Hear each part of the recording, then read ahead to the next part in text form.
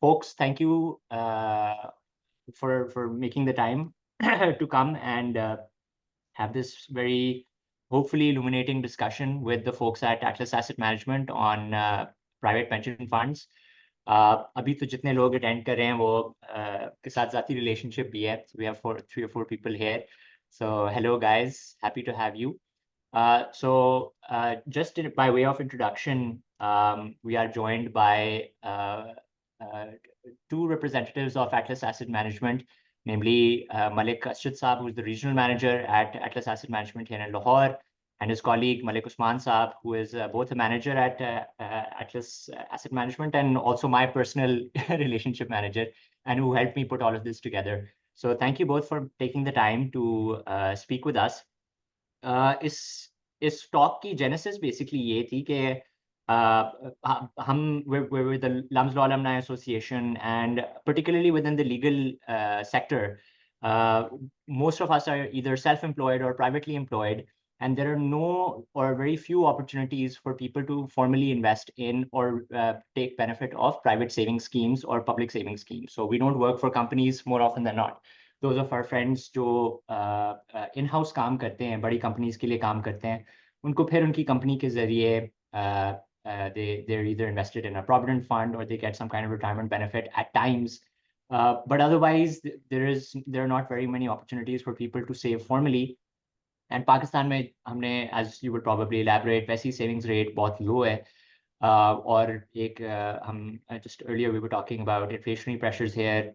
आजकल high inflation और high interest environment है, जिसके नतीजे में आपका पैसा अगर एक सेविंग्स अकाउंट में भी पड़ा हुआ है तो वो दिन ब दिन अपनी कदर उसकी कदर कम हो रही है. So in that situation, as I understand it, and I'm not an investment individual, which is why you folks are here, it's a good idea to look at these different products available in the market, particularly from establishments such as yourselves, who are registered as investment advisory services with the SECP and are regulated both on the public sector side, but also internally as part of the Mutual Fund Association of Pakistan. आप लोगों के industry standards, industry norms होते हैं, and the types of returns that pension funds can offer, both on the front of the upside, but also hedging on the downside, because you are regulated under the Voluntary Pension Fund Scheme 2005 by the SECP. तो उसमें एक वो safety का aspect भी कुछ हद तक cover हो जाता है. So my interest in basically having this talk was to help educate some of my colleagues on the availability of voluntary pension schemes. And my interest in particularly bringing Atlas here was because I already have a prior relationship with them. So without further ado, I'm going to hand over to the representatives at Atlas to tell us a bit about themselves, what private pension funds and voluntary pension schemes are, why one should consider them as an asset, and how people who are attending today can potentially invest in them. So over to you, Asjad and Usman Saab. Thank you for taking the time. Thank you, Salman. Thank you so much. Thank you for giving us the opportunity to give the presentation of Atlas and Atlas Pensions. Let me tell you a little bit about Atlas and Atlas Funds, then we'll come on the Atlas Pensions. Asset management, basically जैसे सलमान ने पहले बता ही दिया कि हम SECP से registered हैं, investment advisory, private equity, collective investment schemes and venture capital, private equity, ये सब हम लोग मैनेज करते हैं और उसके लाइसेंस होल्डर्स हैं हम लोग. थोड़ा सा ग्रुप के हवाले से एटलस ग्रुप जो है मेनली 1963 से ये ग्रुप है. जनरली पब्लिक जो है वो इसकी हमारी 21 ग्रुप कंपनीज हैं, बट पब्लिक से रिलेटेड प्रोडक्ट्स जिनको ज्यादा पब्लिक जानती है, जैसे Honda Atlas cars, Atlas Honda bikes, AGS batteries, private. इसके अलावा हम लोग इंजीनियरिंग साइड पे ज्यादा है, पावर साइड पे है हमारी कुछ कंपनीज, कुछ पार्ट्स बनाती हैं ऑटोस के. तो शिराजी ट्रेडिंग एक ट्रेडिंग कंपनी है मेनली. तो ये एक मेनली कंपनीज हैं हम लोगों की जिसमें ज्यादा इस ग्रुप की जो है वो इन्वॉल्वमेंट है. एसेट मैनेजमेंट की बात करें तो 2002 से ये कंपनी इनकॉर्पोरेट हुई. AM2+ रेटिंग है बाय पैक्रा रेटिंग एजेंसी है, जहां से हम लोग की रेटिंग होती है. तो AM2 आप यूं समझ लें कि AM1 हाईएस्ट, एंड उससे बाद सेकंड नॉच पे हम लोग हैं AM2+ पे. एज सच कोई डिफरेंस नहीं है, सिर्फ नेटवर्क की वजह से आप कह सकते हैं कि दोनों का डिफरेंस है AM1 एंड AM2+ में. हमारा बेसिक प्रोडक्ट पोर्टफोलियो में हमारे 3 ब्रांड्स हैं, एक Atlas Meraj that is sharia compliant solutions, Atlas funds conventional and Atlas pension जो कि रिटायरमेंट सॉल्यूशंस हैं। मेनली आज हम एटलस पेंशंस के हवाले से ही बात करेंगे। बाकी फंड्स में यह है कि शॉर्ट टर्म जैसे कोई आप प्लेसमेंट्स कोई करना चाहे, अपनी सेविंग करना चाहे फॉर शॉर्ट टर्म पर्पस के लिए, तो उसके लिए डिफरेंट उनकी रिक्वायरमेंट के मुताबिक हमारे पास प्रोडक्ट जो है ना वो अवेलेबल है। इन्वेस्टमेंट्स का थोड़ा सा पहले मैं आइडिया दे दूं, क्योंकि लोगों को यही होता है कि अगर वो इन्वेस्ट करें तो सेफ है, सिक्योर है या नहीं है। तो इसमें मैं थोड़ा सा पहले बता देता हूँ कि बेसिकली जी म्यूचुअल फंड इंडस्ट्री जो है वो इस तरह से वर्क करती है कि इसमें एक कस्टोडियन होता है, एक इन्वेस्टर और एक fund manager, basically 3 parties and then regulator एक जो है वो SECP भी होता है। तो बेसिकली इन्वेस्टर जो भी फंड्स या जो भी इन्वेस्ट कर रहा है, वो पूल कर रहा है, वो सारा बेसिकली उसको मैनेज कर रहा है कस्टोडियन, जो कि सेंट्रल डिपॉजिटरी कंपनी है CDC, रेगुलेट बाय SECP, वो ओवरऑल रेगुलेटेड इंडस्ट्री को कर रहा है। तो हम लोग we are only the fund managers, हम सिर्फ मैनेज कर रहे हैं, बट फंड्स हमारे पास डायरेक्टली नहीं होते, ना उनका कंट्रोल होता है, कंट्रोल सारा CDC के पास होता है। तो investor are very safe in terms के उनको कोई किसी किस्म का रिस्क इन्वॉल्व नहीं है कि फंड्स कहीं चले जाएंगे उनके या कहीं और कोई कंपनी या अगर डिफॉल्ट कर देती है तो इस तरह का रिस्क इसमें इन्वॉल्व नहीं होता। देन हम आते हैं एटलस पेंशंस पे, कि पेंशंस के हवाले से सलमान ने मेजरली तो ऑलरेडी कवर कर लिया कि हमारे पाकिस्तान में पेंशन का चूंकि प्राइवेट सेक्टर में तो कंसेप्ट नहीं है, रिटायरमेंट फंड्स था, उसको खैर इस प्रोडक्ट ने अब काफी रिप्लेस किया है कि बहुत सी कंपनीज अब अपना रिटायरमेंट जो प्रोविडेंट फंड था कन्वेंशनल या ग्रेजुटी है उसको कर रहे हैं। और प्रोविडेंट फंड पे तो बाय लॉ ये है कि प्रोविडेंट फंड का बैलेंस जो है, रिकॉग्नाइज्ड प्रोविडेंट फंड का बैलेंस, वो इसमें ट्रांसफर भी हो सकता है Atlas pension, any pension, not only Atlas, किसी भी पेंशन फंड में आपका रिकॉग्नाइज्ड प्रोविडेंट फंड ट्रांसफर हो सकता है और आप अपने प्रोविडेंट फंड की जगह पे पेंशन स्टार्ट कर सकते हैं। बट अभी हम चूंकि जनरल बात कर रहे हैं कि इंडिविजुअल अगर कोई इन्वेस्ट करे, तो इसमें हम लोगों का 2 प्रोडक्ट हैं, एक एटलस पेंशन जो कि कमर्शियल है और पेंशन इस्लामिक जो कि शरिया कंप्लाइंट जो है वो पेंशन है। तो इसके डिटेल फीचर जो है वो हम डिस्कस करते हैं कि मेनली स्टैंडर्ड फीचर्स की हम बात करें कि कन्वेंशनल एंड इस्लामिक दोनों सॉल्यूशंस हैं, पोर्टेबल है कि आप अगर जॉब स्विच कर रहे हैं, एक एम्प्लॉयर से दूसरे एम्प्लॉयर में जा रहे हैं, तो इससे फर्क नहीं पड़ता, आप नेक्स्ट एम्प्लॉयर पे भी एज इसको ट्रांसफर कर सकते हैं, या पोर्टेबल है आप वहां पे कर सकते हैं, वहां से कंट्रीब्यूशन आना स्टार्ट हो जाएंगी। एलोकेशन स्कीम्स डिफरेंट है, लाइक अगर आप इसको कंपेयर करें प्रोविडेंट फंड के साथ, तो वहां पर ये होता है कि वट एवर योर एज, आप 25 ईयर्स हैं, 30 हैं और 55 हैं, अब हर एज में ऑब्जेक्टिव जो है वो डिफरेंट हो जाता है आपका, बट आपकी प्रोविडेंट फंड की इन्वेस्टमेंट सबके लिए सेम होती है, सेम रिटर्न्स मिलते हैं। बट पेंशन जो है ये आपको ये ऑप्शन देता है कि आप अपनी एज या अपने रिस्क एपेटाइट अपने ऑब्जेक्टिव के मुताबिक अपनी एलोकेशन को सेट कर सकते हैं कि हाई रिस्क, मीडियम रिस्क या लो रिस्क किसी में भी आप जा सकते हैं। इसके अलावा इसमें फ्लेक्सिबल सेविंग इन्वेस्टमेंट प्लान्स हैं, ट्रांसफरेबिलिटी जैसे मैंने कहा प्रोविडेंट फंड आप इसमें ट्रांसफर कर सकते हैं, टैक्स क्रेडिट्स हैं वो हम अभी डिस्कस करेंगे। इसके अलावा ट्रांसपेरेंट सा स्ट्रक्चर है कि आपको पता होगा कि अगर खुदा ना खास्ता कुछ मिसहैप होता है कि डिसेबिलिटी या डेथ की सूरत में, उस सूरत में क्या होगा, फंड्स किसको मिलेंगे, किस बहुत ही पहली ट्रांसफर। इनका पेमेंट प्लान होता है कि रिटायरमेंट के बाद आपका जो है उसके बाद पेंशन किस तरह से मिलेगी। इसके अलावा जो मेन जो है वो डिस्टिंक्ट फीचर हम बात करें एटलस पेंशन की, तो strongly back of Atlas group AM2+ rating है, इंश्योरेंस रैप है, इसमें एक्सीडेंटल इंश्योरेंस को कवर करता है up to 4 million, experience management team है, वैल्यूएडेड सर्विसेज है वो हम डिस्कस करेंगे कि आप व्हाट्सएप पे अपनी स्टेटमेंट्स वगैरह देख सकते हैं, या वेब पोर्टल है, मोबाइल ऐप है हम लोगों का, ईमेल सर्विस, ये सारी चीजें ऑनलाइन है, अब तो वो सारी चीजें आप इन्वेस्टमेंट्स भी कर सकते हैं online. Front end load, back end load, एक मेजर ये एक डिफरेंस है as compare to other players, कि हमारे यहाँ पे आपको कोई किसी किस्म का जो सर्विस चार्जेस के नाम से होता है, फ्रंट एंड लोड जिसको कहते हैं, या सेल लोड के नाम से भी कहा जाता है, वो हम चार्ज नहीं करेंगे। आपको साथ साथ अगर कोई क्वेश्चन हो तो प्लीज आप साथ कर सकते हैं। एम्प्लॉयर और एम्प्लॉय के बट वो डिफरेंट है कि जैसे एम्प्लॉयर का मैंने बात की कि बट यहाँ पर हम एम्प्लॉयज की सिर्फ बात कर रहे हैं, बट एम्प्लॉयर के पॉइंट ऑफ व्यू से भी जैसे PF की जगह अगर वो खत्म करना चाहते हैं, PF या लेबर लॉ में है कि अगर आपने अपने एम्प्लॉयज को किसी भी लिस्टेड कंपनी ने, प्राइवेट कंपनी ने अपने एम्प्लॉयज को कोई एक बेनिफिट जरूर देना होता है, वो प्रोविडेंट फंड और ग्रेजुटी था पहले, अब लेबर लॉ में ये भी चेंज हो गया, प्रोविडेंट फंड, ग्रेजुटी और BPS तीनों में से कोई एक बेनिफिट वो अगर देता है तो उसका वो अपनी लेबर लॉ की रिक्वायरमेंट वो फुलफिल कर लेता है।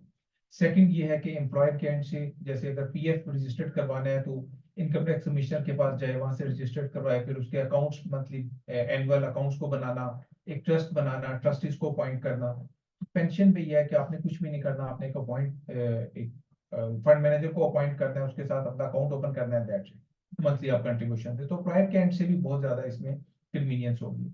एम्प्लॉय के लिए तो ये है कि प्लान रिटायरमेंट है, आपकी टैक्स क्रेडिट्स हैं, job mobility, portability. Fund manager आप चूज कर सकते हैं कि आपको लगता है किसी टाइम पे कि नहीं एटलस की परफॉर्मेंस या सर्विस अच्छी नहीं है, विदाउट एनी कॉस्ट आप अपना पेंशन फंड मैनेजर चेंज करके किसी और पेंशन फंड मैनेजर के पास भी जा सकते हैं, आपका बैलेंस वहां ट्रांसफर हो जाएगा। इंडिविजुअलाइज्ड एसेट एलोकेशन है, रिटायरमेंट पे डिफरेंट चॉइसेस होती हैं, वो भी हम डिस्कस करते हैं। एंड इंश्योरेंस तक फुल कवरेज है up to 4 million. Tax credit अब तो खैर चूंकि आज फाइनेंस बिल अभी अप्रूव हो रहा है, तो ये जरा अप्रूव हो जाएगा तो नेक्स्ट ईयर से 1 जुलाई से ये चेंज हो जाएगा टेबल, क्योंकि अब थोड़ा सा टैक्स जो है वो और ज्यादा इंक्रीज हो गए हैं सैलरीड के लिए, इवन नॉन सैलरीड के लिए भी, दोनों में। तो फिर ये टेबल अभी ये है कि 20% of your taxable income will become tax free अगर आप वो इन्वेस्ट करते हैं पेंशन में। तो लाइक अगर किसी का एनुअल इनकम जो है वो 2.4 मिलियन है, तो उनका टैक्स जो है 165, पुराना रेट है 6.88, अब तो चेंज हो गया, बट उनको 20% अगर वो इन्वेस्ट करते हैं तो 33,000 का टैक्स बेनिफिट होता है। लाइकवाइज जिनका जितना ज्यादा एनुअल इनकम होते जाएगा उस तरह से उनका टैक्स का क्रेडिट भी उस तरह से मिलता है। बट फॉर्मूला ये है कि 20% ऑफ योर टैक्सेबल इनकम अगर आप इन्वेस्ट करते हैं, that will be tax free. Then Atlas pension के बेसिकली इसमें 3 सब फंड होते हैं, equity, debt, money market. Equity 100% stock market, high risk. Debt जो है ये हमारे मीडियम टर्म रिस्क के, इसमें वो प्रोडक्ट्स आ जाती हैं लाइक ट्रेजरी बिल्स, पीआईबीज, टीएफसीज, इस तरह की इंस्ट्रूमेंट्स जो हैं उसमें इन्वेस्ट किया जाता है। इसको फिक्स इनकम वाले इंस्ट्रूमेंट्स हैं, बट थोड़ा सा वॉलेटिलिटी होते हैं, इस वजह से इसको मीडियम रिस्क कहा जाता है। Money market fund short term investment सिर्फ करते हैं, लाइक ट्रेजरी बिल्स में average maturity not more than 90 days overall, और प्लस जो है बैंक डिपॉजिट्स। तो इसका ये 3 सब फंड्स में इन्वेस्टमेंट होती है। इन 3 में आप फिर अपनी एलोकेशन को सेट करते हैं कि आपने हाई रिस्क में जाना है, मीडियम रिस्क है, तीनों का मिक्स करके आप इन्वेस्ट करते हैं। बट लॉन्गर द पीरियड, ये ग्राफ दिखाने का पर्पज ये है कि अगर आप देखें जब ये 2007 से प्रोडक्ट स्टार्ट हुई, 2008 एमलाइज जब क्लोज हुआ ईयर, तो उस टाइम पे 2008 और 9 का फाइनेंशियल क्राइसिस था ग्लोबली, तो उस टाइम पे इक्विटी का रिटर्न जो है वो नेगेटिव था एज कंपेयर टू डेटा मनी मार्केट। इसका रिटर्न नेगेटिव हो गया था। बट ओवर द पीरियड अगर आप देखें तो आज जो इक्विटी का रिटर्न है सिंस इंसेप्शन 931% है, जबकि डेटा मनी मार्केट 252% और 277%। और CAGR जो अगर हम बात करें कंपाउंडेड एनुअल ग्रोथ रेट की, तो वो 8% है, और ऑलमोस्ट ये 15.4, ऑलमोस्ट डबल जो है वो इक्विटी का रहता है। तो लॉन्गर टर्म में हम हमेशा ये कहते हैं कि इक्विटी का एक्सपोजर जो है ना वो जरूर होना चाहिए और उसमें इन्वेस्ट करना चाहिए, इंस्टेड ऑफ कि हम रिस्क फ्री या उस वाले पोर्शन में इन्वेस्ट करें। तो ये हमारी एक्चुअल परफॉर्मेंस है बेसिकली पेंशन इस्लामिक फंड की, जो कि रिटर्न्स जो है वो दिखा रही है। ये विड्रॉल या ओवर टैक्स इम्प्लीकेशन की बात की गई है कि किस तरह से अगर विड्रॉ करते हैं आप पेंशन में, जैसे मैंने कहा कि 3 सब फंड में तो आप एलोकेशन कर लेते हैं, बट पेंशन फंड मैनेजर का जैसे इक्विटी, डेट और मनी मार्केट में एलोकेशन आप सेट कर लेते हैं, बट अब टैक्स इम्प्लीकेशंस क्या होंगी, विड्रॉल कैसे हो सकती है, तो इस पे जैसे क्वेश्चन आता है कि अगर हम कर तो रहे हैं बट विड्रॉल कैसे होगा। तो इस पे आप ये कर सकते हैं कि आप बिफोर रिटायरमेंट ही, वैसे लॉ ये कहता है कि अगर आप चूंकि टैक्स बेनिफिट अवेल कर रहे हैं तो टिल रिटायरमेंट आपने इस प्रोडक्ट को कंटिन्यू करना है। बट बिफोर रिटायरमेंट अगर आप विड्रॉ करेंगे तो फिर एवरेज 3 इयर्स का, लास्ट 3 इयर्स का एवरेज टैक्स रेट अप्लाई हो जाएगा ऑन विड्रॉल ऑफ अमाउंट, जो भी विड्रॉल अमाउंट होगी उस पर।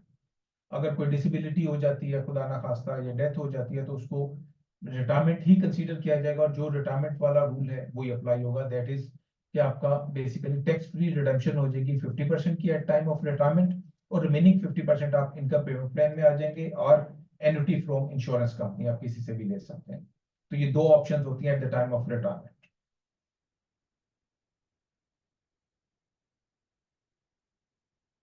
इनकम पेमेंट प्लान, जैसे आप रिटायर हो गए और रिटायरमेंट के बाद अगर आप इनकम पेमेंट प्लान में आते हैं तो वहां पर भी 2 ऑप्शन है। एक है कि आप फुल अपना 100% प्लेस कर देते हैं कि आप और उसको आप next 15 years up to 15 years का प्लान ले सकते हैं, वो भी टैक्स फ्री होगा।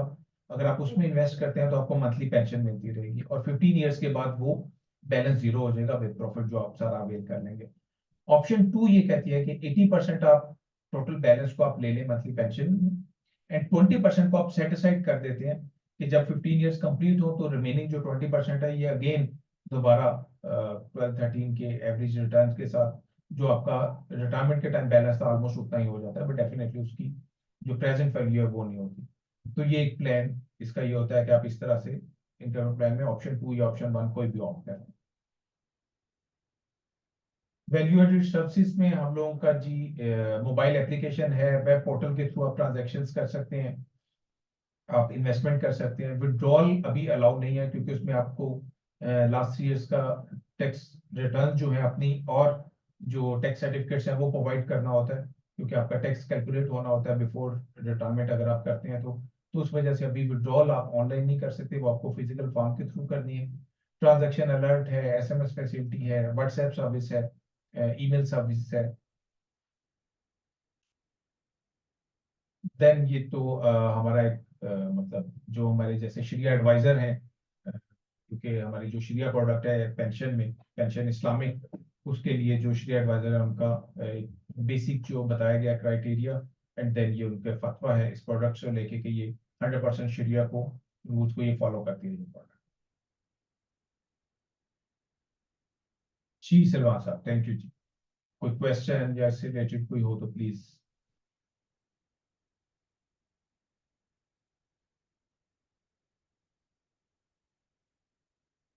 आप अच्छा, म्यूट है मैं आप। म्यूटेड था।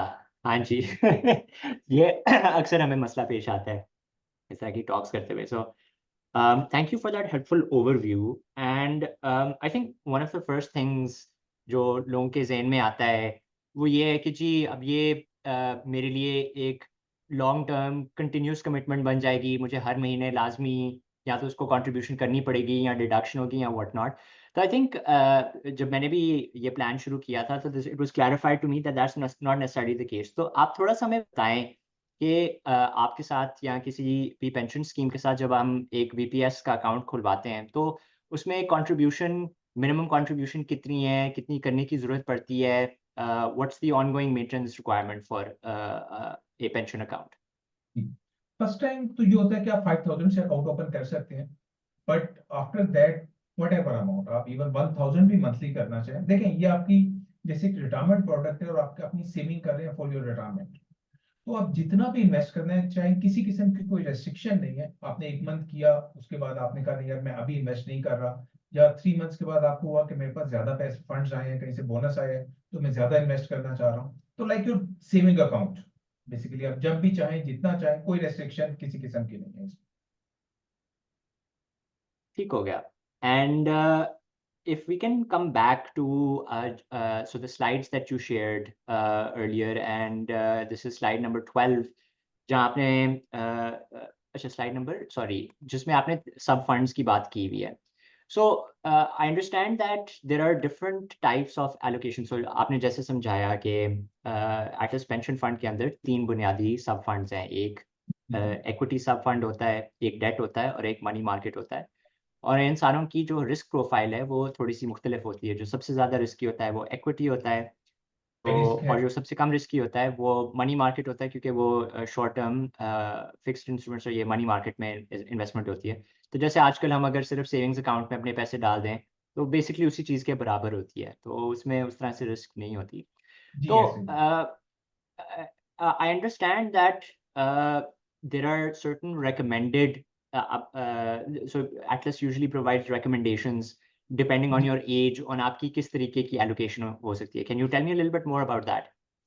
देखिए उसमें मतलब एक तो ये है कि मतलब हम जैसे रिकमेंड करते हैं कि जैसे आपकी एज है लाइक कोई 25 ईयर से 30 ईयर्स के बिटवीन स्टार्ट करता है, तो मेरी एडवाइस या हम लोगों की एडवाइस ये होती है कि आप मैक्सिमम इक्विटी के एक्सपोजर में, जब आप 50 या 55 से ऑनवर्ड जाते हैं तो फिर आप अपना इक्विटी को एक्सपोजर को कम मिनिमम करते जाएं, क्योंकि अब टाइम आ रहा है कि आप रिटायर होने वाले हैं, और उस टाइम पे आप अगर मार्केट देखें, मार्केट का हमारी स्टॉक मार्केट का अगर आप हिस्टोरिकल भी देखें तो होता क्या है कि मार्केट 2-3 ईयर्स के बाद रिवाइव कर देती है अगर नेगेटिव रिटर्न्स आएंगे तो। ये हिस्ट्री में सेकंड टाइम हुआ था अभी के 5 इयर्स का एवरेज रिटर्न नेगेटिव था।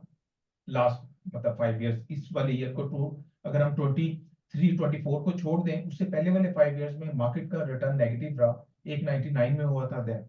बट उसके बाद ये वाला जो ईयर अब आज एंड हो रहा है, इसका रिटर्न मोर देन 90%। तो उस 90% ने बेसिकली उस 5 इयर्स को भी कवर कर लिया। तो मार्केट ऐसे करती है एक्चुअली। तो इस वजह से हम कहते हैं कि लॉन्गर टर्म में आप करें। और देन हो क्या रहता है, चूंकि आप पीरियोडिकली इसमें इन्वेस्टमेंट्स कर रहे होते हैं, तो आपका एवरेज आउट हो रहा होता है। वट एवर मार्केट अप है डाउन है, बट आप हर लेवल पे चूंकि आपकी इन्वेस्टमेंट्स आ रही है, तो उसमें वो एवरेज आउट हो रहा है। तो हमारी ये सजेशन होती है, एक तो ये कि आप जैसे जैसे रिटायरमेंट के करीब जाते हैं तो इक्विटी का एक्सपोजर कम करते जाते हैं। अच्छा, इसमें कुछ ऐसा होता है कि एसईसीपी के रेगुलेटर की तरफ से कुछ डिफाइंड एलोकेशन स्कीम होती है, जिसको लाइफ साइकिल एलोकेशन स्कीम्स कहा जाता है। वो मैं इस प्रेजेंटेशन में डेफिनेटली नहीं है, हमारे जो फॉर्म है उसमें है, मैं शेयर कर दूंगा आपसे। कि लाइफ साइकिल में होता है कि वो ऑटोमेटिकली अगर आप वो ऑप्ट करते हैं, तो हर एज में वो खुद ब खुद उसको चेंज करता जाता है। तो वो लाइफ साइकिल एलोकेशन स्कीम्स भी अवेलेबल है। ठीक हो गया। And what this primarily means is के आप जैसे जैसे एज करते हैं, so again it's a passive form of investment, so this is ordinarily not considered to be something जिसमें आपको ज़ाती तौर पे या तो किसी इक्विटी का ट्रैक रखना पड़ता है या मार्केट पे नज़र रखनी पड़ती है। This is a passive form of investment, just like going to invest in a mutual fund और even putting your money in the bank, कि जी जो भी पॉलिसी रेट है उसके मुताबिक आपको इंटरेस्ट अक्रू होता रहेगा। And because it's a long term form of investment, तो उसमें ये है कि specially even if you are invested in equities, तो उसकी जो एवरेज रिटर्न है over longer periods of time, because the return of the stock market on average has over a longer period of time is of growth, तो वो आपकी long term risk कुछ हद तक हैज हो जाती है। अच्छा, अर्शद साहब ये बताएं कि अब ऑर्डिनरली तो अब हमारे माशरे में भी ये कुछ हद तक तासुर है कि जी वो स्टॉक मार्केट बड़ी शैलो है, वो बस एक किस्म का जुआ होता है, तो उसमें पैसे डालना एक it's something that's very very risky. And but as I understand it, it's not that asset management companies, particularly companies such as yourselves offering pension funds, can invest in any kinds of securities. वो ये नहीं है कि जी आप अगर जो अगर KSE की आप जो सबसे कम तरीन मोस्ट पोर्ली रेटेड कंपनी है, आप उसमें भी इन्वेस्टमेंट कर सकते हैं। क्या ये दुरुस्त है? नहीं नहीं, देखिए बात यह है कि एक्चुअली हमारा एक तो क्या क्राइटेरिया डिफरेंट होता है, बट फंड मैनेजर का ये होता है कि देखिए आप जब उनको प्रोफेशन जैसे आपने कहा, तो आपको जरूरत नहीं है वो शेयर्स देखने की कि कहाँ इन्वेस्टमेंट करें। मतलब आप हमें फंड्स इसीलिए दे रहे हैं प्रोफेशनल्स को कि ये लोग मैनेज करें। और उस पे ये होता है कि देखिए हम लोगों का एक होता है कि अब हर कंपनी की डिफरेंट फिलॉसफी होगी इन्वेस्टमेंट करने पे। जैसे हम अपनी कंपनी की मैं बात करूं, तो हमारा ये होता है कि जब किसी ने अगर इक्विटी फंड को सिलेक्ट किया है ना, तो ऑलरेडी उसने रिस्क कैरी किया। अब उसको किसी थर्ड ईयर या सेकंड ईयर शेयर्स में या इस तरह की कंपनी में इन्वेस्ट करके फर्दर रिस्क में आप नहीं करते। तो हमारी कोशिश होती है कि कोई ऐसी इन्वेस्टमेंट्स हो जिसमें उसको हाई रिटर्न्स हो। और वो नॉर्मली हम लोग डेफिनेटली देखें, उसका पूरा एक क्राइटेरिया होता है कि अगर हम कहीं पे इन्वेस्टमेंट करने जा रहे हैं, तो इन्वेस्टमेंट कमेटी पहले से देखती है कि अच्छा ये वाली कंपनी कैसी है, ओवरऑल इस इंडस्ट्री का क्या है, नेक्स्ट 5 इयर्स में क्या ग्रोथ लग रही है इस इंडस्ट्री की, देन इस कंपनी की। तो फिर हम वो डिसाइड करते हैं कि अच्छा हाँ इस कंपनी के शेयर्स हमने ले। तो वो आपको रिकॉर्ड जो है वो वैसे भी पता चल सकता है। अब तो खैर मतलब 2008 से ही आप इस फंड को ले लें, या हमारे इक्विटी फंड 2004 से है, तो आपको एक आइडिया हो जाएगा। सेकंड ये है कि ये जैसे मैंने पहले बात की थी कि बड़ी ट्रांसपेरेंट इंडस्ट्री है हमारे। एक तो ये है कि मंथली एक रिपोर्ट आती है हमारी फंड मैनेजर रिपोर्ट, उसमें आपको डिटेल आ जाती है कि हमारे टॉप 10 होल्डिंग्स जो है वो कौन सी है। मोस्टली ये है कि आप समझ लें मोर देन 70% जो होल्डिंग है ना, वो टॉप 10 उसी में होती है, स्क्रिप्ट में उसको कवर। बाकी 30% उसकी भी डिटेल आपके पास अवेलेबल होती है। देन हमारे लिए क्वार्टरली अकाउंट्स होते हैं। क्वार्टरली अकाउंट्स में आपको ईच एंड एवरीथिंग नजर आएगा कि हमने कौन सा शेयर किस प्राइस पे बाय किया था। और अगर आपको कोई क्वेश्चन हो कि एज अ इन्वेस्टर ये वाला शेयर आपको क्यों करना है, या फंड मैनेजर्स के साथ कोई डिस्कशन करनी है, तो we are always welcome. Wonderful. And I think just to sort of add to that, as I understand it, like any of us sort of tuned in today can go to the Mutual Fund Association of Pakistan's website and सी के जो मुख्तलिफ mutual fund managers etcetera जो asset managers हैं उनकी ratings क्या हैं और उनके हर प्रोडक्ट की रेटिंग क्या है और उसका रिटर्न क्या रहा है, बेशक पिछले 2 महीने में, 3 महीने में, 6 महीने में, साल में, and year to date. So it's possible for us to always keep track of not just one particular asset manager and their products, but the entire industry as a whole, just for people who are potentially interested in doing that. I think एक और दूसरा ये भी कि in my experience, and you can correct me if I'm wrong, but and the only point that I was trying to bring forward with my question was कि a majority of times I noticed that companies such as your asset management companies are primarily either required by law. Now I can't, we can confirm this later. I mean, I'm not 100% sure, but आप ज़्यादातर blue chip companies में invest करते हैं. So your Engros, your UBLs, your HBLs, etc. जिनका एक established track record होता है, which are sort of well-regarded companies, public companies, listed companies, जिनके returns भी sort of are available for everyone to see. So, Basically, yeah. Ji sorry Salman, बस वो जैसे आपने नहीं, I was done. Blue chips में इसलिए कि जैसे मैंने बात की ना कि अब हमें इंडस्ट्री की ग्रोथ या कंपनी की ग्रोथ, कंपनी की ट्रांसपेरेंसी चाहिए। अब वो ट्रांसपेरेंसी जहाँ पे हम इन्वेस्ट कर रहे हैं वो मिलेगी लिस्टेड कंपनीज की, जहाँ पे पब्लिक के लिए अकाउंट्स उनके अवेलेबल होंगे। तो मोस्टली हमारी कोशिश या फंड मैनेजर्स की कोशिश होती है कि ऐसी कंपनी में इन्वेस्ट करें जो कंपनी भी आगे से ट्रांसपेरेंट हो, उसके अकाउंट्स अवेलेबल हो, इंफॉर्मेशन मिल रही हो कि वो कंपनी का बिजनेस किस तरह से चल रहा है, उनकी कहाँ पे वो सारी इन्वेस्टमेंट्स हो रही हैं। तो इस वजह से फिर उन वाली जो कंपनीज हैं उसमें हम लोग जो है वो ज्यादा जो है वो blue chips company. Perfect. Acha, so something that's more material to us as individuals. So what is it? So in order to open an account with a fund management company such as yourselves, what is required as an individual? अगर हम as individuals एक pension fund account खोलना चाहें with Atlas. Simple उनके लिए एक तो CNS की कॉपी एंड सैलरी स्लिप, मतलब इनकम प्रूफ, सैलरी स्लिप और वो बिजनेस कर रहे हैं व्हाटएवर, जो भी अपना वो इनकम प्रूफ है वो प्रोवाइड करना है, एक सीएनएस की कॉपी देनी। बाकी हमारा अकाउंट ओपनिंग फॉर्म होगा वो साइन करना है, दैट्स इट। सिंपल सा प्रोसीजर है। ऑनलाइन भी अकाउंट ओपन हो सकता है और फिजिकल फॉर्म के थ्रू भी हो सकता है, बहुत। ठीक हो गया. And in which cities do you have a physical presence? So if someone wants to go to your office, because we have alumni who are based across Pakistan, तो कहाँ वो आपके दफ्तर जा सकते हैं? जो हमारी सेविंग सेंटर्स हैं, क्योंकि वैसे हम ग्रुप कंपनी से भी वो कर रहे होते हैं ऑपरेट, जैसे फैसलाबाद मुल्तान में हमारा अपना सेविंग सेंटर नहीं है, बट ग्रुप कंपनीज के थ्रू कर रहे हैं। बट मेनली जो हमारा कराची, लाहौर, इस्लामाबाद, रावलपिंडी एंड पेशावर, ये हैं जहाँ पे हमारे अपने saving centres, Atlas asset management के सेविंग सेंटर्स अवेलेबल हैं। Okay, perfect. Acha, so I expect that maybe we have some people who are on the employer side. और आपने briefly ये जिक्र किया था कि ये एक employers के फायदे में भी आपके पास कुछ options हैं कि अगर वो अपना provident fund या अपना gratuity fund जो है उसको transition करना चाहें to and hand it over to you for management. So that's something that's also something you guys can accommodate. Can you tell us a little bit more about that? If an employer, for instance, wants to say कि आप लोग हमारा pension fund, आप हमारा provident fund manage करें. जी नहीं, provident fund manage नहीं, provident fund का ये था कि अगर कोई अपना प्रोविडेंट फंड जो है, क्योंकि जैसे मैंने कहा था लेबर लॉ में है कि आपको प्रोविडेंट फंड और ग्रेजुटी और बीपीएस कोई एक प्रोडक्ट जरूर देना है अपने एम्प्लॉय को। अगर तो आप ग्रेजुटी कर रहे हैं, फंडेड है, तो ग्रेजुटी फिर होगा कि आप उसको खत्म करते हैं ग्रेजुटी को और आप बीपीएस में आ जाते हैं पेंशन में। और ग्रेजुटी तो खैर वैसे ही वो एक डिफाइंड बेनिफिट स्कीम है, उसमें तो वैसे ही आप एम्प्लॉयर जो है ना थोड़ा बहुत लायबिलिटी ऐसी हो जाती है डिफाइंड कि एक्चुअलिस्ट को हायर करें और वो सारा करें, तो नॉर्मली डिफाइंड कंट्रीब्यूशन की तरफ ज्यादा एम्प्लॉयर जाता है, लाइक प्रोविडेंट फंड।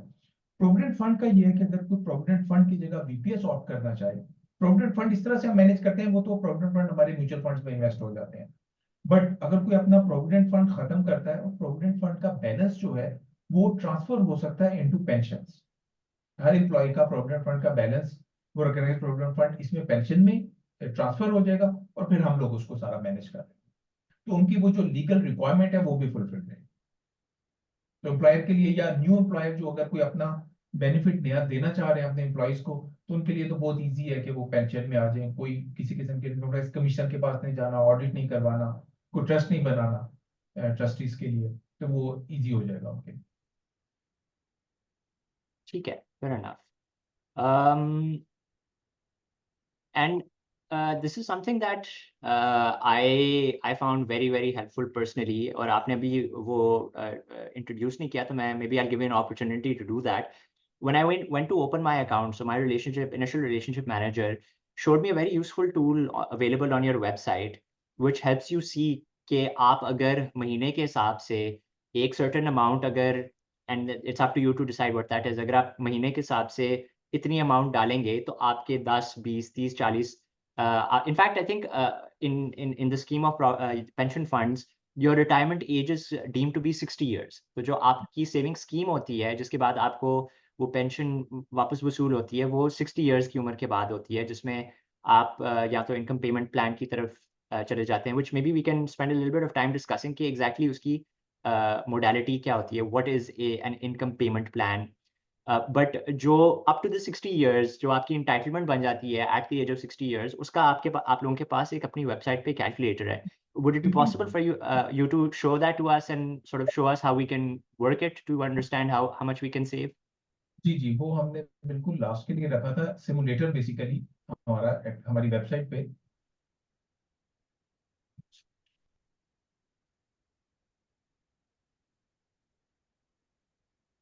उस पे तो हमने आना था, वो तो मेन है कि आप अपना खुद से प्लान भी कर सकते हैं, रफली आइडिया आपको मिल जाता है कि अच्छा आप टिल जितना आपके वर्किंग ईयर्स है तो उसमें आप कितना सेव कर सकते हैं, और देन जो है आपकी रिटायरमेंट क्या होगी।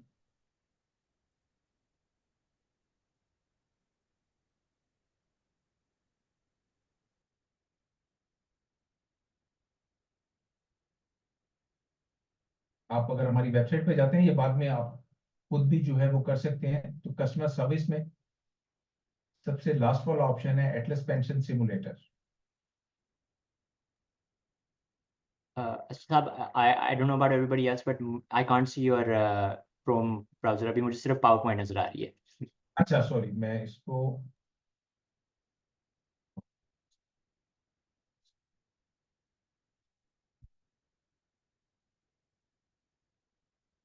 मैं दोबारा से शेयर करता हूँ।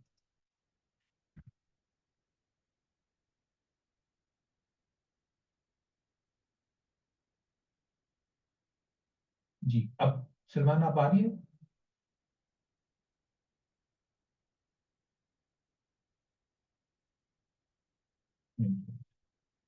Salman, you're muted. Oh, sorry. I just wanted to say yes. We can see the pension simulator. ये जी हमारा एटलस पेंशन सिमुलेटर हमारी वेबसाइट पे अवेलेबल है। लाइक ये है कि एंटर बेसिक डिटेल्स, तो आप इसमें कर सकते हैं कि जैसे लाइक एज हम स्टार्ट करते हैं लाइक इसको आप थोड़ा बड़ा कर सकते हैं अर्शद साहब, so that we can see a little bit. इसको आप वो कंट्रोल प्लस करेंगे तो स्क्रीन भी थोड़ी बड़ी हो जाएगी. I think we'll be able to see everything a little bit more clearly. ठीक है, मैं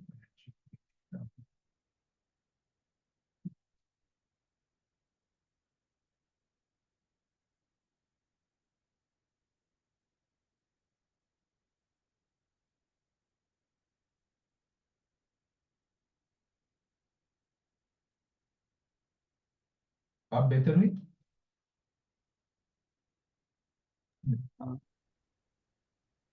मेरे पास तो फुल स्क्रीन आ रही है वैसे। Hey, I think it's okay. Yeah, we can all. Yeah, someone's mentioned that we can all zoom in ourselves as well. So, ठीक है, you can please continue. Age में स्टार्टिंग कर रहा हूँ 28, वट एवर जो भी आप इनपुट देना चाहें आप प्लीज बताइएगा। लाइक सैलरी हम कर देते हैं 100,000, रिटायरमेंट एज 60, इंक्रीमेंट रफली जैसे पाकिस्तान में है 10%, एंड मैं कर रहा हूँ 10% ऑफ योर सैलरी आप अगर कंट्रीब्यूट करते हैं एवरी मंथ। इक्विटी का रिटर्न वैसे पास्ट 30 इयर्स का इट्स अराउंड मोर देन 18%। अभी तो खैर ये वाला ऐड होगा तो शायद ये 20 प्लस हो जाए, बट हमें एसईसीपी ने कहा हुआ है कि आप सिमुलेटर में 17% से ज्यादा नहीं करें, थोड़ा कंजर्वेटिव रहते हुए आपने शो करना है, तो इसको हम 17% ही कर रहे हैं। डेट मनी मार्केट अभी तो खैर मोर देन 20% है, बट इसको हम अभी लाइक 12% पे कर देते हैं। अच्छा, अब जो हम बात कर रहे थे एलोकेशन स्कीम्स, इस पे अगर है कि हाई वॉलेटिलिटी, इसमें 65%, अभी हम इसको सिर्फ हाई वॉलेटिलिटी पे करते हैं पहले, कि मैं उस पे नहीं जा रहा जो हम बात कर रहे थे कि हम इक्विटी का ज्यादा एक्सपोजर लें। हम कह रहे हैं कि मिनिमम आप अगर हम सिर्फ 65% इक्विटी में करें और 35% अगर हम डेट में करें तो क्या हमारा रिजल्ट आएगा।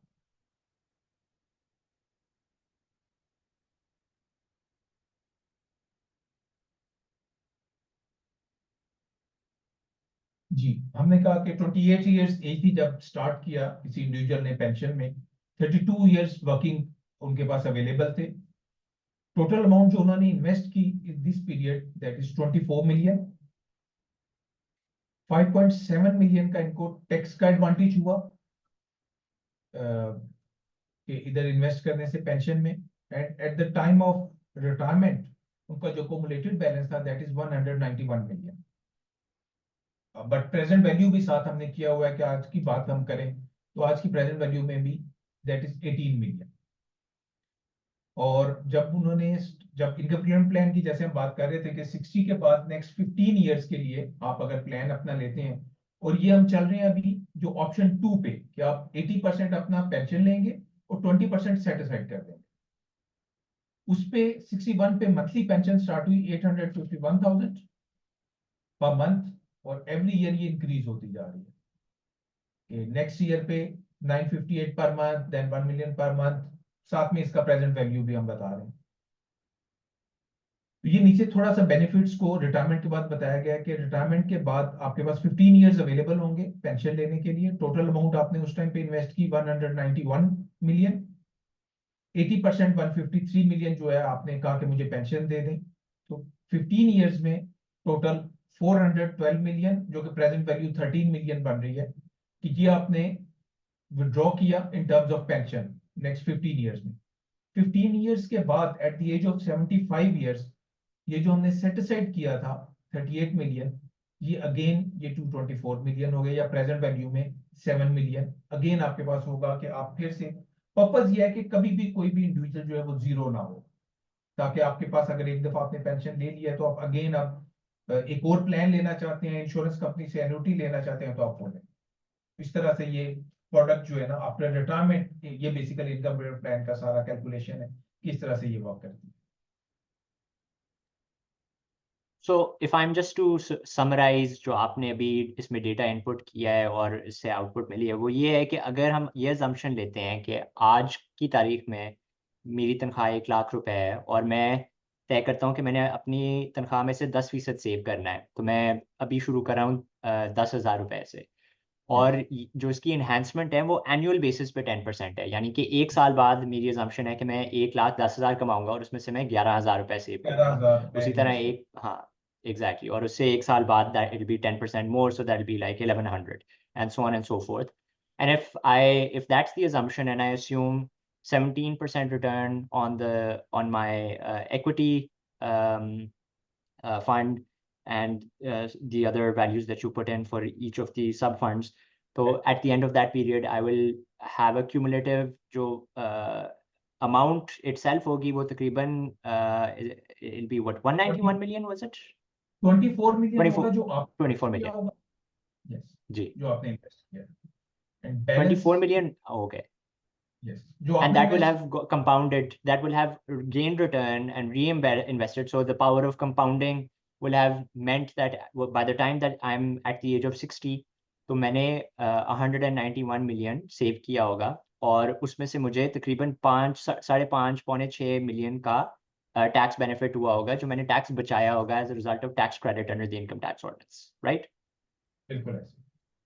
अच्छा, आई नोटिस दैट ऊपर एक आपने there's a section where one can also put in the anticipated or expected inflation rate. वो शायद आपने नहीं डाला था, but we can sort of play around with that ourselves. And I think barring the past year and a half, उसमें शायद हाँ नहीं, 10% 12% inflation भी हम डाल सकते हैं। बेसिकली वो आप कर सकते हैं, बट यहाँ पे खैर उसको वो नहीं किया होगा, वो हमने वो किया हुआ है कि इन्फ्लेशन जो चल रही हो उसको बैकएंड पे करके, चूंकि अदरवाइज इन्फ्लेशन, रियल इन्फ्लेशन की बात करें ऑनेस्टली, तो वो चूंकि अभी भी हम बात करें इन्फ्लेशन तो मतलब 20% प्लस भी है, इसीलिए रिटर्न्स है, तो फिर आप इक्विटी को उसके साथ कंपेयर करते हैं कि जैसे मैंने अभी भी Okay, कहा कि इक्विटी में ओनली 65% का एक्सपोजर के साथ ये रिटर्न्स आ रहे हैं। right. बट अगर आप तो इन्फ्लेशन को हमने वहां पर अभी पहले ये ऑप्शन होती थी, बट अभी हमने इसको खत्म किया हुआ कि आप इन्फ्लेशन को कर दें तो खुद इसको डिस्काउंट कर रहे हैं automatically. Perfect, perfect. So it's open to everybody who's watching, and those of you will be watching later online. कि आप इस calculator पे जाके you can play around with it and see exactly how it works, and you can always get back to Usman Saab and Asjad Saab, whose contact information I'll provide you with. कि इसके अंदर assumptions क्या हैं and whatnot. But as you can tell, like again, the point of it is even if your return is very moderate, so अगर over the long term, it can because of the effect of compounding and accumulation. It can be a very decent sizable amount over time. So we have one question from somebody who is watching. उन्होंने पूछा कि if an individual is taking a career break or is in between jobs, is it still possible for them to invest in your scheme? क्योंकि उनके पास because again they're not currently employed, so they won't have a salary slip. But maybe they have a bank account or they have sort of existing transactions to show what their financial position is. So in that situation, can someone invest with you?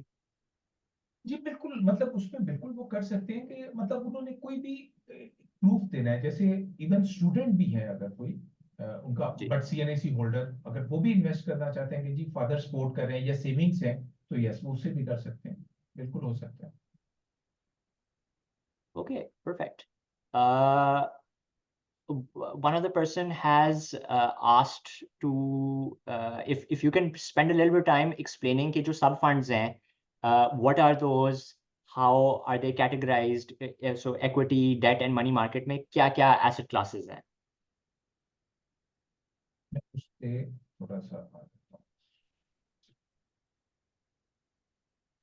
देखिए, equity जैसे हमने बात की, ये तीन sub fund है, equity, debt and money market, ठीक है। अब तीनों की कैटेगराइजेशन रिस्क वाइज भी ऐसे है कि equity is high risk, debt medium risk, money market low risk. Equity की जैसे हमने बात कर ली कि इक्विटी चूंकि स्टॉक मार्केट है, हाई रिस्क है, स्टॉक मार्केट में डायरेक्टली इन्वेस्टमेंट स्टॉक शेयर्स में होती है, उसमें हम डिफरेंट ब्लू चिप्स या वो हमारे फंड मैनेजर सिलेक्ट करते हैं कि कौन सी कंपनीज में इन्वेस्ट करना है। बट ये है कि वो इसमें प्रिंसिपल डेफिनेटली अप डाउन वो हो सकता है कि इवन प्रिंसिपल भी रॉड होता है उसमें, कि अगर किसी टाइम पे मार्केट ज्यादा नहीं, जैसे 2008-9 का क्राइसिस आया तो उसमें तो, बट ये इसी वजह से हाई रिस्क है, बट रिटर्न्स भी इसीलिए इसके ज्यादा है। नेक्स्ट जो है वो डेट सब फंड है। Debt sub fund basically debt and money market both are fix income basically sides है। डेट में ये होता है कि कोई भी ऐसा फिक्स इनकम जिसकी majority even more than 1 year से भी ऊपर हो, तो आप उसको डेट कैटेगरी में करते हैं।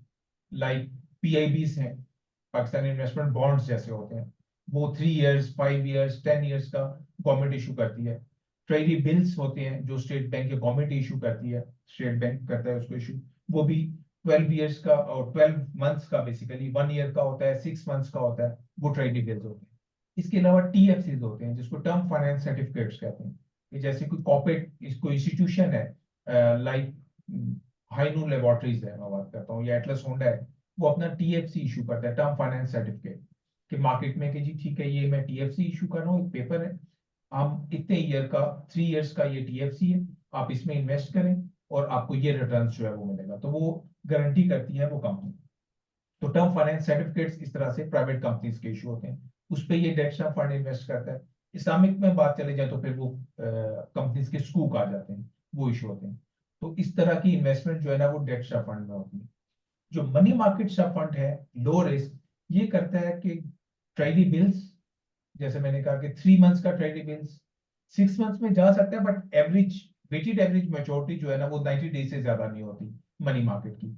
और डबल ए रेटेड बैंक्स, ये बैंक डिपॉजिट्स उसमें कर दिया।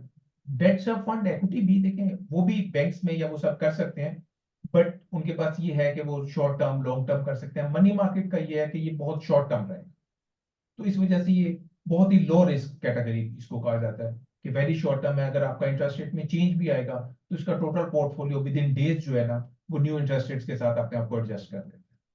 तो डेट स्टॉप फंड चूंकि लॉन्ग टर्म की इन्वेस्टमेंट्स होती हैं तो उसमें फिर ये होता है कि जैसे अब इंटरेस्ट रेट डाउनवर्ड आएंगे तो डेट की इन्वेस्टमेंट्स या इस साइड पे जो बेनिफिट्स हैं वो ज्यादा होंगे। Wonderful. One person wants to know कि जो आप इनिशियली एक एलोकेशन अपनी डिटर्मिन कर सकते हैं, आपने जैसे बताया कि हर बंदे पे ऑब्वियसली उनकी रिस्क एपेटाइट के मुताबिक एक एलोकेशन होती है जो वो शायद ऑप्ट करें, तो इसको ओवर टाइम एक जो इन्वेस्टर है वो चेंज कर सकता है, and if one can change them, how frequently can one change them? जी, इस पे कोई लिमिटेशंस नहीं है। आप ईयर में जितनी दफा भी चेंज करना चाहे आप अपनी एलोकेशन को चेंज कर सकते हैं। और फंड मैनेजर का ये है कि वंस अ ईयर आप अपना फंड मैनेजर जो है वो चेंज कर सकते हैं। मतलब एक कंपनी से दूसरी कंपनी में जा सकते हैं, बट एलोकेशन आप जितनी दफा मर्जी चेंज करें, उस पर कोई रेस्ट्रिक्शन नहीं। Okay, perfect. So I mean over the course of the year अगर आपको लग रहा है कि मार्केट जो है उसका ट्रेंड ऐसा है कि आप अपनी एलोकेशन के साथ कंफर्टेबल नहीं है, तो you can always reach out to you folks and say कि भाई मेरी एलोकेशन आप इस तरह से चेंज कर दें कि मेरी इक्विटी का एक्सपोजर कम कर दें, मेरे डेट का एक्सपोजर ज़्यादा कर दें, एक्सेट्रा। बिल्कुल वो आप कर सकते हैं। इवन अभी तो लॉ में थोड़ी सी चेंजेस आई थी रिसेंटली, उसमें तो ये भी अब एसईसीपी की तरफ से आ गया कि आप अपना जैसे पुराना पोर्टफोलियो है, आप अगर वो इक्विटी में ज्यादा है तो आप कहते हैं कि इसको फ्रीज कर दें इस एलोकेशन पे, जो मेरा पुराना बैलेंस है। नई जो मेरी कंट्रीब्यूशन आएगी उसके लिए आप अलहदा से एक एलोकेशन दे दें कि आप इस एलोकेशन पे करें। बट चूंकि ओह, अभी सारी एएमसीज के पास वो सिस्टम्स डेफिनेटली वो अभी चेंज आया है, स्टार्ट में पहले इस तरह से नहीं था। तो सिस्टम इस तरह से डिजाइन नहीं था कि वो कहीं पर फंड्स को फ्रीज करे और नेक्स्ट करे। तो उसका फिर वे आउट ये है कि आप उस एलोकेशन के साथ उस अकाउंट को वैसे ही रहने देते हैं और आप एक नया सब अकाउंट कह रहे हैं या एक फुल अकाउंट जो है एक नया ओपन करके उसमें अपनी एलोकेशन चेंज कर रहे हैं।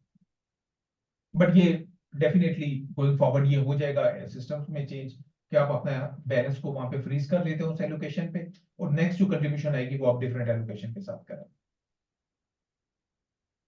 okay, perfect. Yeah, I think that about covers all the questions that people have. I think maybe Ahmed wants to ask a question because mujhe, but Ahmed, why don't you just unmute yourself and I can invite you to ask further questions. So Ahmed, I mean, since you've asked me already, so Ahmed has asked if you can also give us a little bit of an overview of your non-pension plans. So aapki jo baki asset classes hain, Usman Saab also earlier mentioned that because as an asset management company, you're also doing mutual funds, ji, different types of mutual funds. So if you have time, if you could also give us a little bit of an overview of your other products. मैं थोड़ा सा उस पर वापस फिर presentation पे आता हूँ, उस पे उसके नेम्स हैं।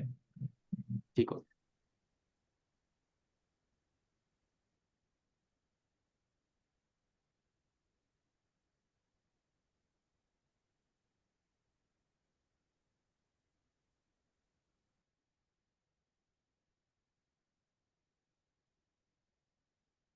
जी, इस पे मेनली पेंशन के अलावा हमारे दो ब्रांड्स हैं, Atlas Meraj and Atlas funds. आपको स्क्रीन शेयर हो रही है ना? जी, हमें नजर आ रही है। ओके जी। तो जो इसमें भी इसी तरह से है कि डिफरेंट आपके ऑब्जेक्टिव और उसके मुताबिक और रिस्क एपेटाइट के मुताबिक, लाइक एटलस मिराज की हम बात करें तो Atlas Islamic money market fund, very low risk, again वो मनी मार्केट कैटेगरी का ये फंड है जो कि लो रिस्क है। ये इस तरह से है कि आप जैसे लाइक योर बैंक डिपॉजिट आप इसके साथ कंपेयर कर सकते हैं बैंक के साथ, कि जैसे आप बैंक में पैसे रखते हैं और इस्लामिक मनी मार्केट में रखें, ऑलमोस्ट सेम है उस तरह का। रिटर्न वाइज डेफिनेटली ये रिटर्न बहुत अच्छा देता है इंडिविजुअल्स को। बैंक नॉर्मली इंडिविजुअल को रिटर्न नहीं देते, इसमें डेली बेसिस पे आपका प्रॉफिट ऐड हो रहा है। आज आपने इन्वेस्ट किया, कोई लॉक इन पीरियड नहीं होता, आप 2 डेज के बाद 1 वीक के बाद आप कहते हैं पार्शली या फुली कि मुझे इसमें से विड्रॉ करना है, you can redeem via online, आप मोबाइल ऐप के थ्रू करें, नेक्स्ट डे आपके अकाउंट में ट्रांसफर हो जाएंगे जो भी आपने अकाउंट डिटेल्स हमें दी होंगी अपनी बैंक डिटेल्स उसमें। और इस पे कोई सेल लोड, कोई सर्विस चार्जेस वो नहीं होते फ्रंट एंड। जो आपने अमाउंट दी है वो सारी इन्वेस्ट होगी और उस पर प्रॉफिट जो है वो डेली बेसिस पे ऐड होता रहेगा।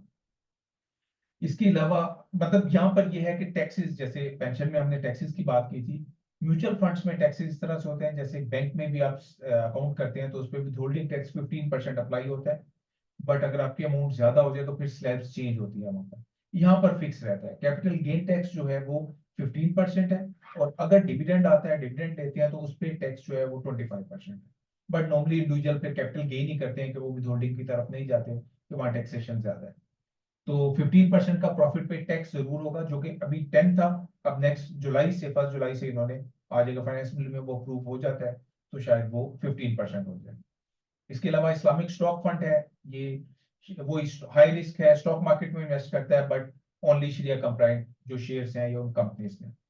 डेडिकेटेड स्टॉक फंड है, हमारे जो प्लान्स है उसके लिए ये फंड है जो कि स्टॉक में करता है। इस्लामिक इनकम फंड, ये बेसिकली जैसे डेट कैटेगरी की हम बात कर रहे थे कि जो थोड़ा सा लॉन्गर टर्म की इंस्ट्रूमेंट्स हैं उसमें इन्वेस्ट करता है, तो like again fix income fund है, मनी मार्केट से की बजाय ये जो थोड़ा सा लॉन्गर टर्म के इंस्ट्रूमेंट्स होंगे, गवर्नमेंट के इजारा स्कूल्स हैं या प्राइवेट स्कूल्स हैं लॉन्ग टर्म के, उसमें इन्वेस्ट करता है। तो करंटली जब इंटरेस्ट रेट डाउनवर्ड हो रहे होंगे तो फिर ये Islamic income fund as compare to Islamic money market बेहतर रिटर्न देगा। बहुत ज्यादा डिफरेंस नहीं होता दोनों में, बट अराउंड 1%, कि अगर उसका रिटर्न 18% है तो इसका रिटर्न शायद 19% या 19.5 इस तरह से।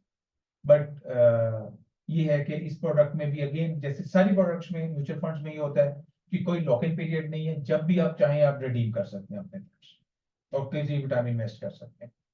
कन्वेंशनल फंड में हम बात करें तो अगेन इसी तरह के फंड है। एटलस मनी मार्केट फंड है, तो वो इस्लामिक था, ये कन्वेंशनल साइड पे है, ये गवर्नमेंट के ट्रेजरी बिल्स में इन्वेस्ट करता है और डबल ए रेटेड बैंक्स के साथ। अगेन कोई लॉक इन पीरियड कुछ नहीं है, जब भी आप चाहें विड्रॉ कर सकते हैं, डेली का प्रॉफिट जो है वो ऐड हो रहा है। एटलस लिक्विड फंड, ये बेसिकली एक कॉर्पोरेट के लिए होता है क्योंकि उनको डेली जो है वो डिविडेंड चाहिए होता है कॉर्पोरेट के लिए, तो ये फंड बेसिकली प्योरली कॉर्पोरेट जो इंस्टीट्यूशन है वो ज्यादा इसमें इन्वेस्ट करते हैं क्योंकि उनको डिविडेंड चाहिए होता है, वहां पे टैक्सेशन उनकी कम है। बट इन्वेस्टमेंट इसकी लिक्विड फंड की भी इसी तरह से होता है, ट्रेजरी बिल्स वगैरह में। Stock market fund again stock market में इन्वेस्ट करता है, कमर्शियल साइड पे किसी भी शेयर्स में जो है वो इन्वेस्ट कर सकता है, वो शेयर कंप्लायंट है कंपनी या नहीं, दोनों में इन्वेस्ट करता है। एटलस इनकम फंड वही वाली कैटेगरी आ जाती है डेट वाली, कि ये टीएफसीज में प्राइवेट या लॉन्ग टर्म ट्रेजरी बिल्स, पीआईबीज, उसमें इन्वेस्ट करता है। देन सॉवरेन फंड है, ये मेनली बेसिकली जो गवर्नमेंट के पेपर्स हैं, पीआईबीज या ट्रेजरी बिल्स, उसमें इन्वेस्ट करता है सॉवरेन फंड्स जो है वो उसी में इन्वेस्टमेंट। तो ये हमारी मेन जो है वो 10 प्रोडक्ट्स हैं, शरिया कंप्लायंट और कमर्शियल। रिटर्न मतलब डेफिनेटली वो वेरी कर रहे होते हैं, जैसे उस्मान का है कि रिटर्न्स के हवाले से अगर हम बात करें तो करंट जो ईयर क्लोज हुआ उसमें मोर देन 21% का रिटर्न जो है हमारा एटलस मनी मार्केट का रहा, और 20% के करीबी इनकम फंड का। बट गोइंग फॉरवर्ड अब इंटरेस्ट रेट थोड़ा सा डाउन हुआ है तो रिटर्न उसके साथ वेरी करेंगे। But money market, income funds, इनका रिटर्न मतलब मार्केट में हमारी इधर जो मॉनेटरी पॉलिसी का रेट होता है उससे थोड़ा सा उसको मतलब कर रहे होते हैं कि बैंक से फिर भी इंडिविजुअल के लिए बेहतर रिटर्न रहेगा हमेशा। Fantastic. And because you brought up the question of the matter of being able to withdraw money from it immediately, कि अगर आपने इस प्रोडक्ट में पैसे डाले हैं तो ये नहीं है कि उसमें एक लॉक इन पीरियड है। तो just so that we know about your pension funds as well, is there a lock in period once we made a contribution? आपने टैक्स की बात की थी कि आप टैक्स तो डिडक्ट करेंगे, but if we want to let's say pull our money out, तो is there a lock in period for that?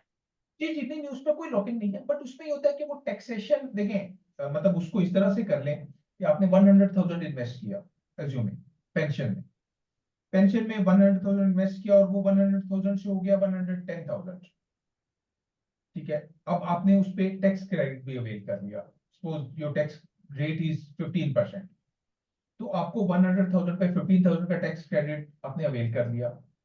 अब अगर आप विड्रॉ करते हैं तो हम कहेंगे एवरेज 3 इयर्स का टैक्स रेट अप्लाई होगा।